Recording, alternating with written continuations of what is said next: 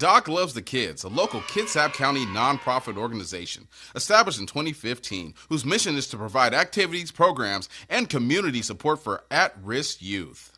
They put the U in community. Doc Loves the Kids.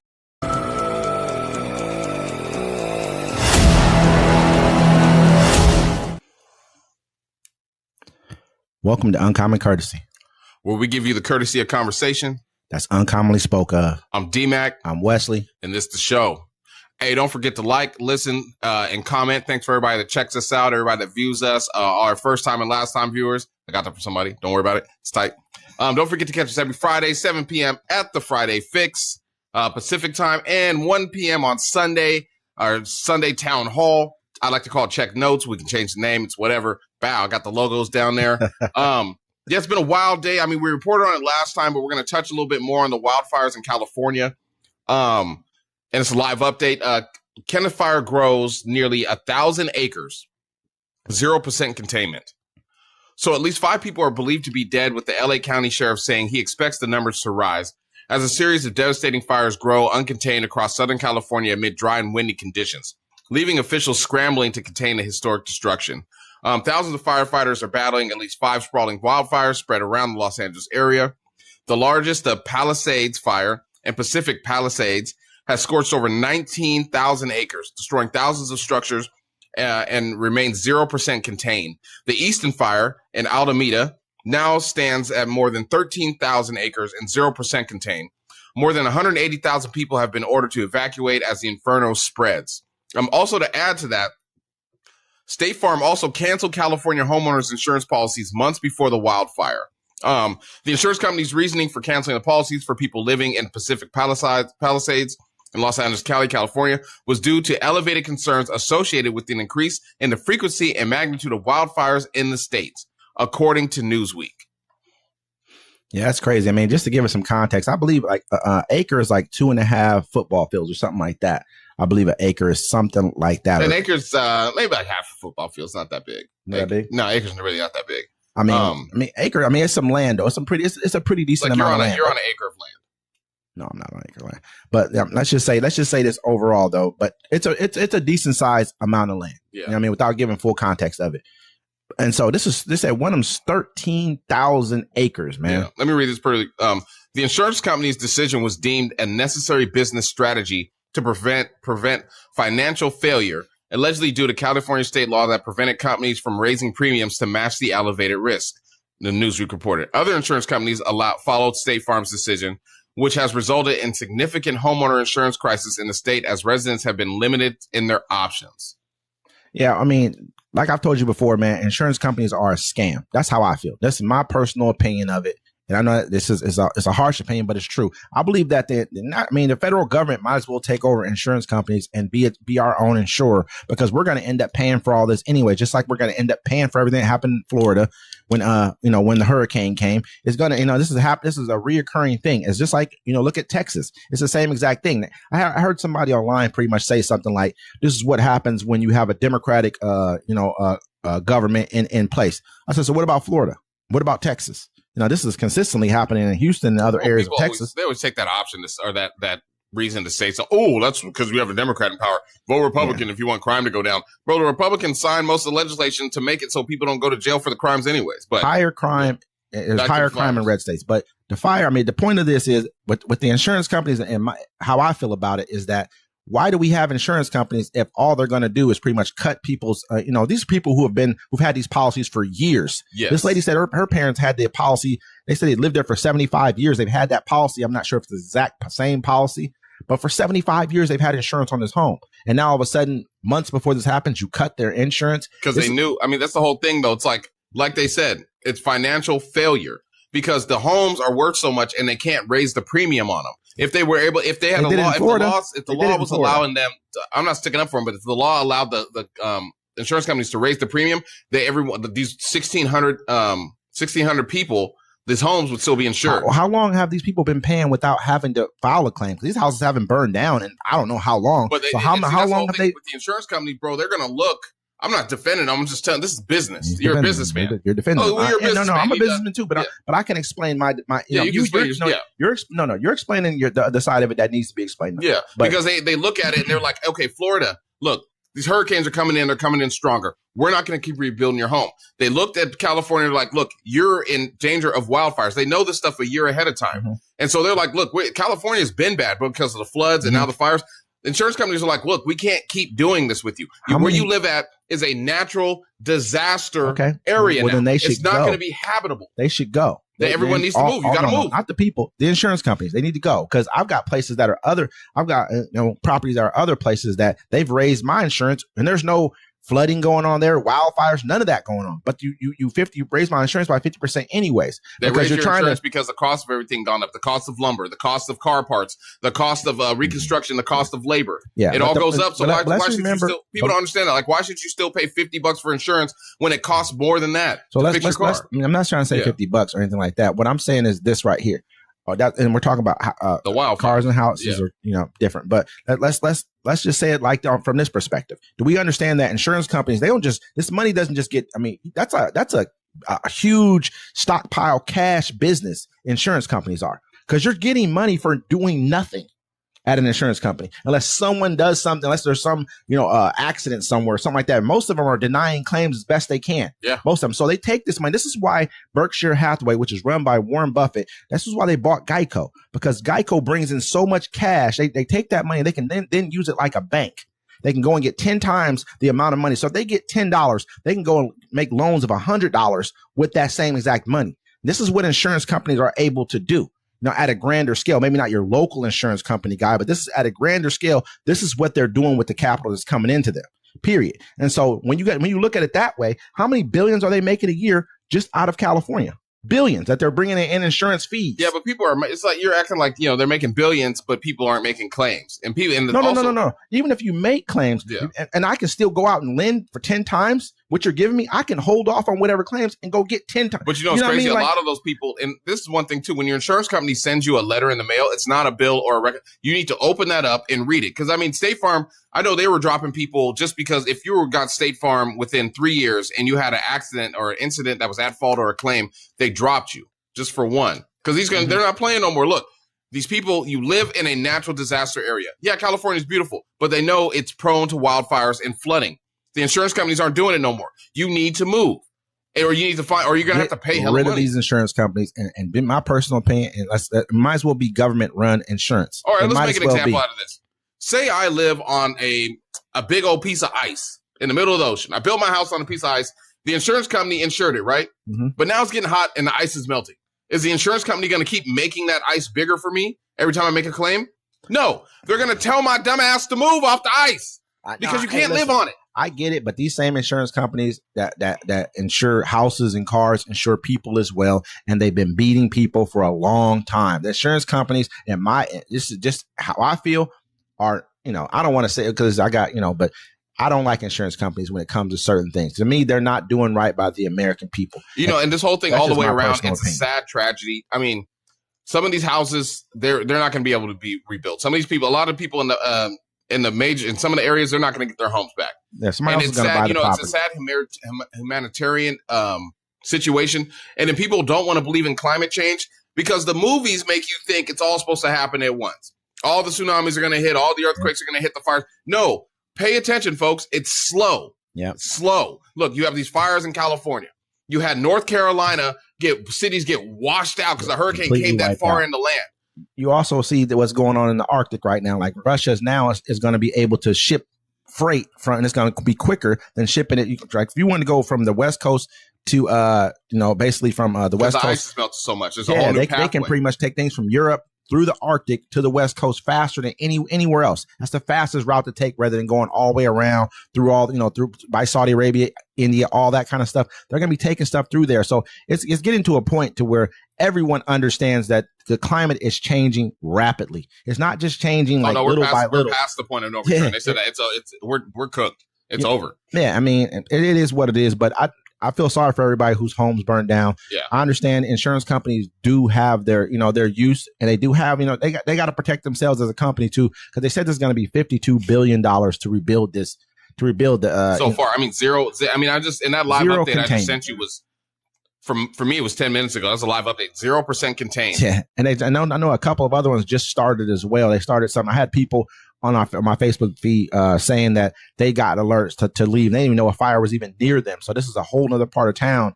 It's starting to burn as well. So, like we said, our prayers to them. They have the Hearst fire. It's Los Angeles County. It's burning for 3 days. They have the Lydia fire. That's up a little further northern. Which one is this one? The Bridge fire. The Eaton fire. They have a Sunset fire. 0% or 100% contained. That was contained. They said this Palisades Fire. The Santa Ana winds are blowing like 100 miles an hour right now in the wrong direction. They got the Kenneth Fire. They said Rogan said something about this about either 6 months ago or whatever, 6 years, one of the two. He was like, hey, the reason we've been really lucky because the winds have gone in the wrong direction. If they go in another direction, it's just going to sweep through. Yeah. This is just exactly think about what it. happened. Like Santa Barbara and Carpinteria, where I'm from, bro, it caught they had a wildfire up there and it burned the whole city. Burned it all the way down. And that's my home. That's where I'm from. You know what I'm saying? So, I mean, like, it's climate change. California is a desert, period, point blank. That's what it's supposed to be. They have to bring in water there anyways. Yeah, so, fresh water. The world, our world is changing and people need to adapt to it. Absolutely.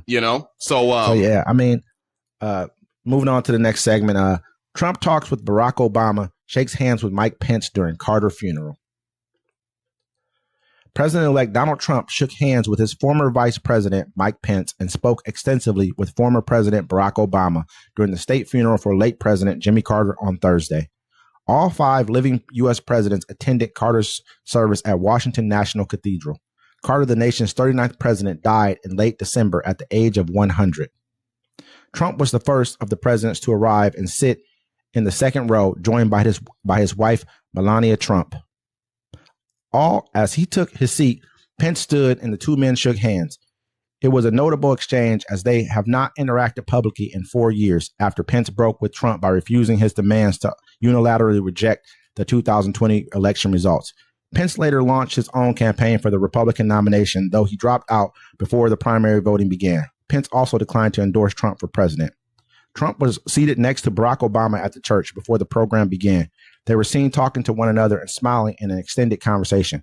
Former First Lady Michelle Obama was not in attendance.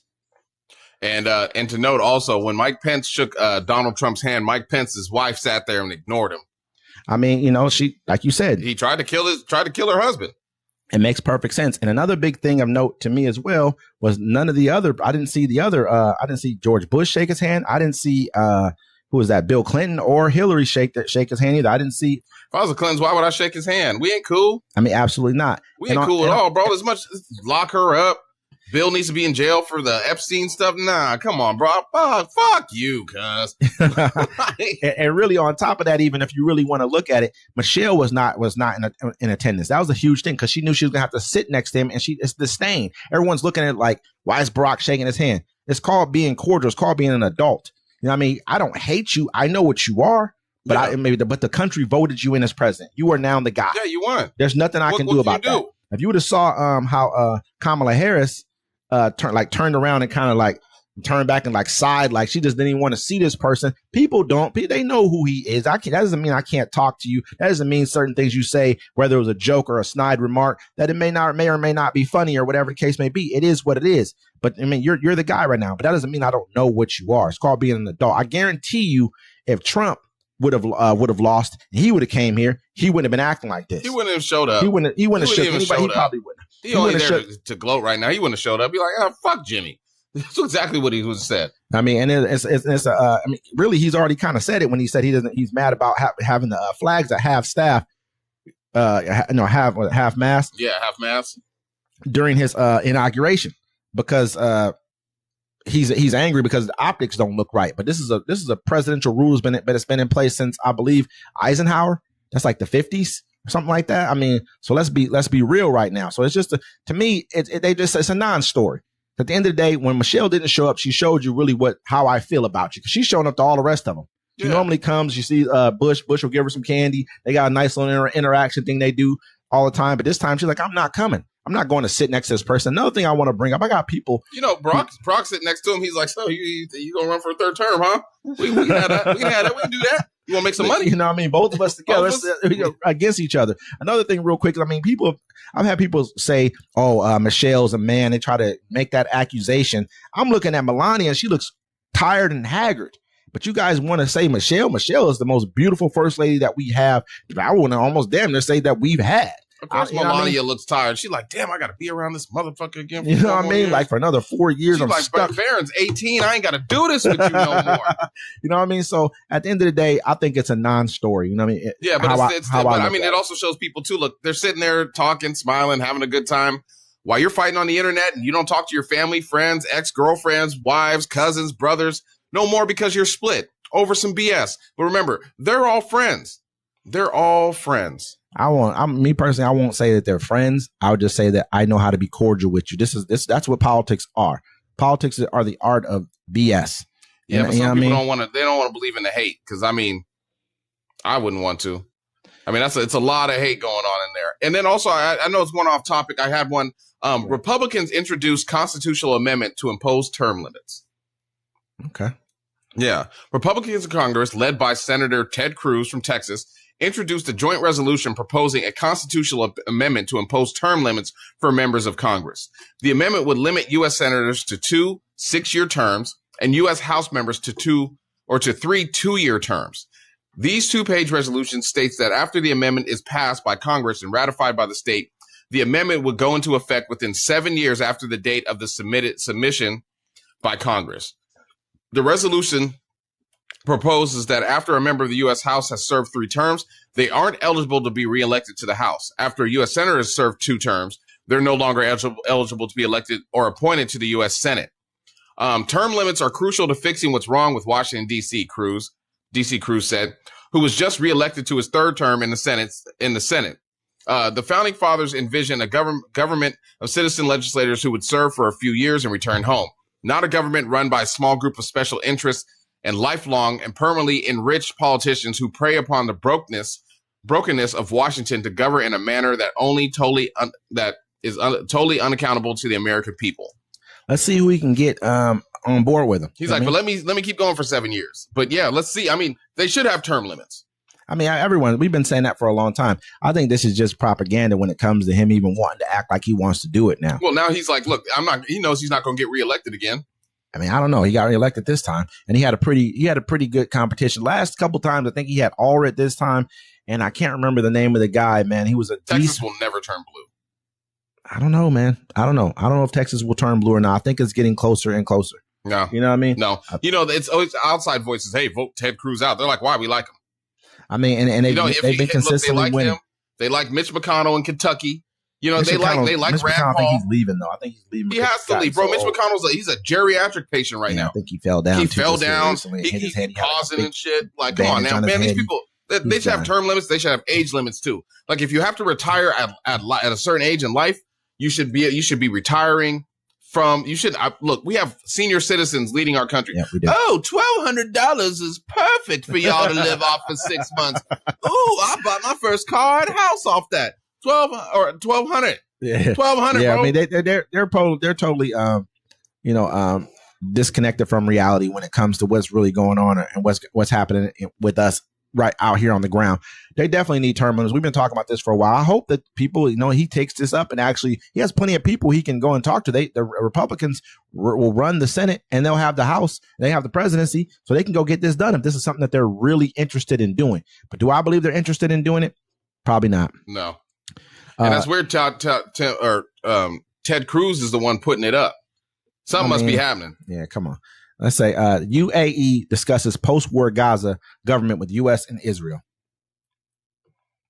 The United Arab Emirates has discussed with Israel and the United States participating in a provisional administration of post-war Gaza until a reformed Palestinian Authority is able to take charge, according to people familiar with the talks. Behind-the-scenes discussions reported by Reuters for the first time included the possibility of the UAE and the United States, along with other nations, temporarily overseeing the governance, security, and reconstruction of Gaza after the Israeli military withdraws and until a Palestinian administration is able to take over. A dozen foreign diplomats and Western officials told Reuters. The UAE is a close security partner of the U.S. and, unlike most Arab governments, has diplomatic ties with Israel. The diplomats and officials said this provides the Gulf states with some leverage over Israeli Prime Minister Benjamin Netanyahu's government. After more than 1 year of war, Israel remains reluctant to outline its own vision for Gaza, and the international community has struggled to formulate a viable plan, said the sources who asked not to be identified because the conversations were private. So it's good that they're starting to talk about this out loud and start to talk about something a little bit different than what we're seeing going on. They're saying they're continually to basically bulldoze Gaza, and they're starting to set up Israeli military bases inside of Gaza. Yeah, they're going to take it. That's their whole plan. That was always the whole plan. And Donald Trump's going to let them take it because he's about to take Greenland, the Panama Canal. He's probably going to storm Canada, and he's probably going to take Mexico. And they're going to start a war with Iran. It's American expansion. Why not? They're going to start a war with Iran, I believe. I think we're going to go to war with Iran under Donald Trump. I think we're going to go to war with Russia, too. I don't think so. Because he's going to embarrass him. He's going to embarrass him already. He's already making threats to him anyways. He already threatened him today. So, I mean, and they also have said that he's kind of kicked back the time frame on the whole Ukraine thing as well, too. But, as far as like what this is concerned, this is a great proposal because it's an Arab state helping to rebuild another Arab state, which is like, and it's a rich Arab state. Think about the UAE is where Dubai is.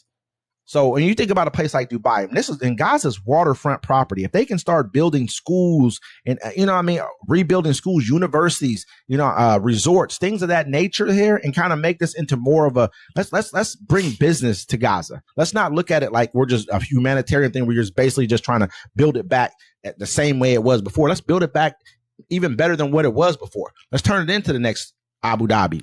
Let's turn it into the next, Saudi Arabia. Israel don't want that, so they're gonna do some stuff. They're a shady country. I mean, and you hear what Trump said about him. He was like, he's a deep, dark SOB. He called Netanyahu on he put out like some kind of leaked tape of him saying that about Netanyahu. Yes. Yeah. I mean, and everyone knows. Just look in his eyes. You can tell something's wrong with that dude. He's like, I'm not against Israel at all because I don't know the people of Israel, but the leadership of Israel is crap. Period. Netanyahu, the other guy, I forget his name, the far right guy. I can't remember your name right now. You're crap too.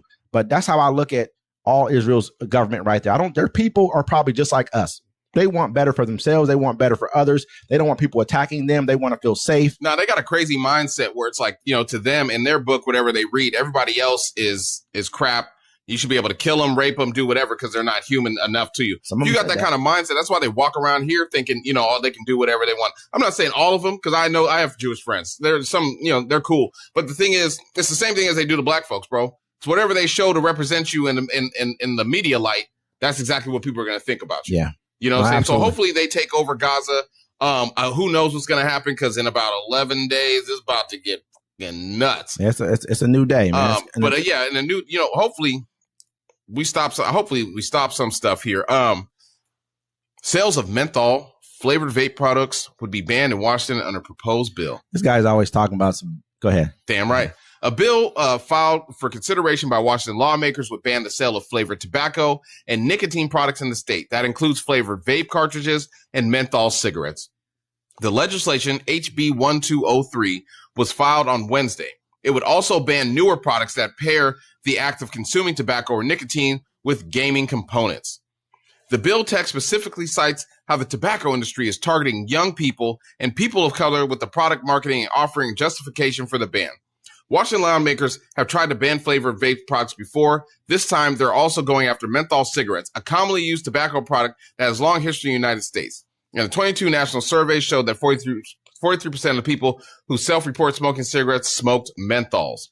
The tobacco industry has engaged in decade-long targeted marketing campaigns of menthol cigarettes specifically to black customers.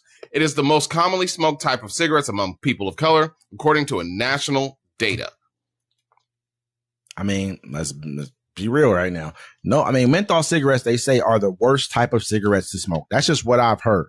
Cigarettes are already crap. I know there's all other cigarettes are bad. Ban them all then. Time out. I'm saying this. Let me ban them all. Okay, I agree. Let's ban alcohol. Let's ban cigarettes.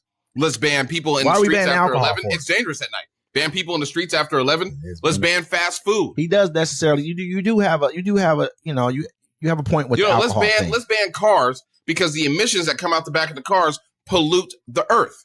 Let's ban it all. If it's bad, if everything's bad, if you get an electric vehicle, it's not as bad for the we earth. need to ban social media too. You want to know why? Because that's bad for people too. You know what you should do for black folks? How about you make it safe? Cigarettes have been killing people for a very, very long time. Yeah, so have the police. So let's look at it like this. If it was just straight up tobacco, if it wasn't like cigarettes with all the extra shit they put in there, then I wouldn't have a problem with it. I would not have any problem at all with cigarettes. I mean, if you just smoke, there's other countries there people just smoke straight up tobacco. I forget what they call them, but it's just like the leaf and they put the tobacco in there and it's just straight tobacco. They need to leave black people alone and let us smoke our menthol cigarettes. And kill ourselves? Well, nope, that's the only thing stopping us from killing people. You know what I'm saying? Ooh, I hate that motherfucker. Woo! Give me a minute. Ooh, give me a minute. Ooh, that menthol will cool you down. Take the cool out the cigarette. Guess what's going to happen? Do you? Fuck it. You know what I'm saying? Hey, now, I understand what you're saying, man. My personal opinion is these cigarettes are killing people, man. I hated the fact. So are car accidents. So are cars. Cars killing people. Let's ban those too. Hey, fast food's killing people. Let's ban the fast food. I'm not gonna say you don't have points. I do think sushi is dangerous. I definitely think. You seen Keith Lee? Let's look at the percentage of people who die from smoking cigarettes to the percentage of people who die or have lung cancer or go through things that are going to cost us money when it comes to if we were to have universal health care, since we don't have universal health care because insurance companies are crap and they raise your rates based off what the hell's going on with everybody else. The insurance companies shook right now. Let them say something. Deny, deflect, whatever. They don't want no problems right now. They keeping it low key. Hey, listen. They keep it low key. They can't. Look what they just did just now. The insurance company they're canceling all the fire. You know what I mean? So it's the same thing. But all I'm saying is with cigarettes, man, you're dying. A lot of people are dying off cigarettes. A lot of people are getting lung cancer. It's just bad business. Worse than cigarettes. Take the stuff out of the cigarettes. That's all I'm saying. Take all out of the. I won't call them cigarettes. If you want to out of tobacco, take all the rest of that crap that you're putting in there. The rat poison, everything else they're putting in there. They're putting rat poison in cigarettes, man. Rat poison. Is there Why they got rat poison in cigarettes? Bro, is there poison in your food? Do you eat McDonald's? Yeah, there's poison in our food. Take out my food too. I'm okay with that. Yeah, take the poison out of my food. Okay, let's get rid of plastic because that's poisoning too. Yeah, we can have something else. We should all just walk around with I have no problem with that. Our hemp bags on us because those clothes are safe. How about y'all just smoke hemp instead? You know what? We should get rid of hair products. We should get rid of toothpaste because toothpaste got chemicals in it. We should get rid of whatever we get rid of. Whatever has stuff in it that's not like that causes cancer or that has forever chemicals in it. Cancer. Get rid of it. It's aluminum. I mean, but deodorant causes cancer too. It's aluminum. You know what I'm saying? You just say that? It's aluminum. It's just truth, man. It's factual. No, no, dead ass. Like it's aluminum. I know. Canned food, but the fact your microwave. The fact of the matter is that we do need to start looking at things from that perspective. We can't keep looking at things from the perspective we have. Let me move on to this next one real quick. We can fight the system. Keep the Newports live. Get rid of cigarettes, brother. Massachusetts teen pleads guilty to a racist attempt drowning during which victim was allegedly called George Floyd. A Massachusetts teen has pleaded guilty after he allegedly attempted to drown a black juvenile in a Cape Cod pond in 2023. John Sheeran, 15, who is white, pleaded guilty to charges of attempted murder and assault with a dangerous weapon. The Barnstable Juvenile Court Clerk's office confirms to People. He was charged by prosecutors as a youthful offender, which means he could be sentenced as an adult by a judge per the Cape Cod Times. Sheeran entered his guilty plea on December 13th and is awaiting sentencing on February 5th per the clerk's office.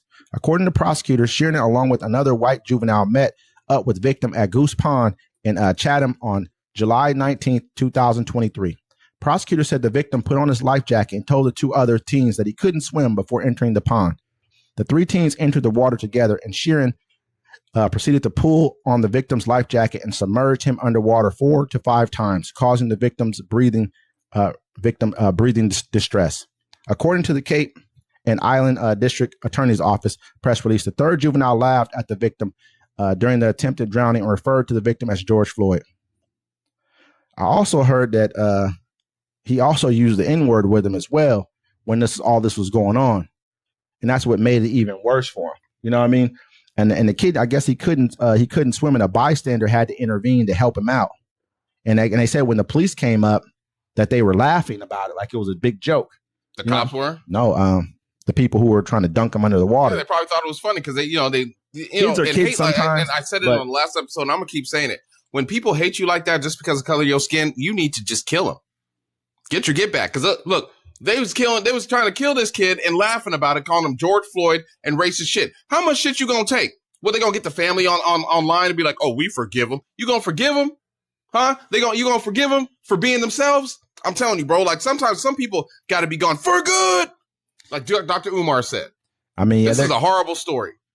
It's a horrible story, man. It's racially motivated. That's the biggest thing. Because the reason why they're saying George Floyd, because he kept saying, I can't breathe. And he's saying, I can't swim. They knew he couldn't swim. This was like, you shouldn't be getting in the water anyways with kids who these ain't really your friends, but a lot of people can't determine who their friends are, even as adults. So imagine what you can't do as a kid.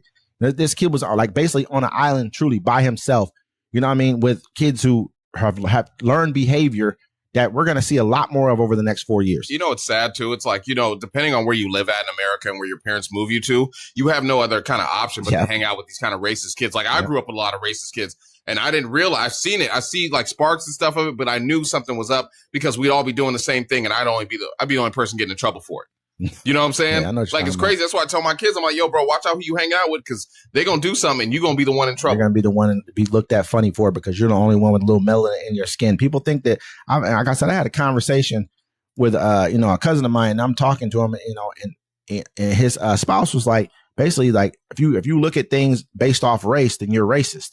And I'm like, that's not true because, not everything, a lot of things are based off race. If you just because you're telling the truth about them, like, hey, this happens a lot more to people of color, or this happens a lot more to whoever else than it does to this group of people. If you're just telling the truth, you have to speak. And people be like, you guys are always talking about race. Yo, we don't want to live that. I don't remember I'm black every time I wake up. I get reminded by somebody saying something slick.